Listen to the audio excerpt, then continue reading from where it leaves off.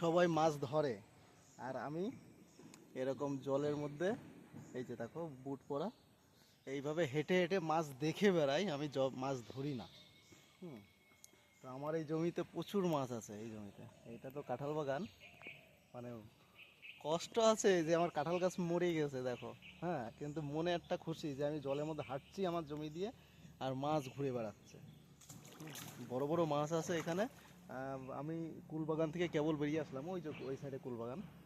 কুলবাগানে কালকে এক লোক আমার কুলবাগানের চাবি নিয়ে গিয়ে জাল পেতেছে।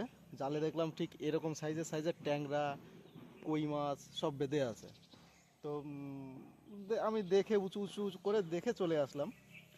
তা একটা ভিডিও করলে ভালো হতো।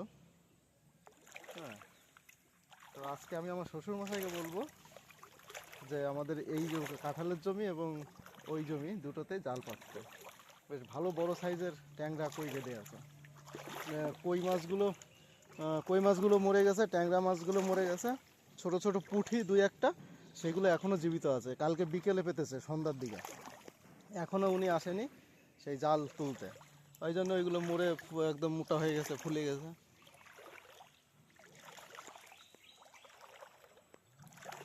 এটা আমার কাঁঠাল গাছগুলো মরে গেছে না, এইগুলো খুব খারাপ লাগছে। কিন্তু মাছ তো আছে জমিতে। আমার এই যে জুতোর মধ্যে জল জমে গেছে, মানে ওইদিকে গেলাম, আমার হাঁটুর উপরে জল। তাই সেই জলে ঘুরে ঘুরে দেখছি মাছ আছে, এবং প্রচুর বাচ্চা মাছ আছে। আমি একটা বাচ্চা মাছের ভিডিও করেছি, ভিডিওটাও দিয়ে দেবো ফেসবুকে, দেখে নিও। হ্যাঁ, প্রচুর মাছ, মানে কয়েক হাজার মাছ একসঙ্গে ঘুরে বেড়াচ্ছে ছোট ছোট।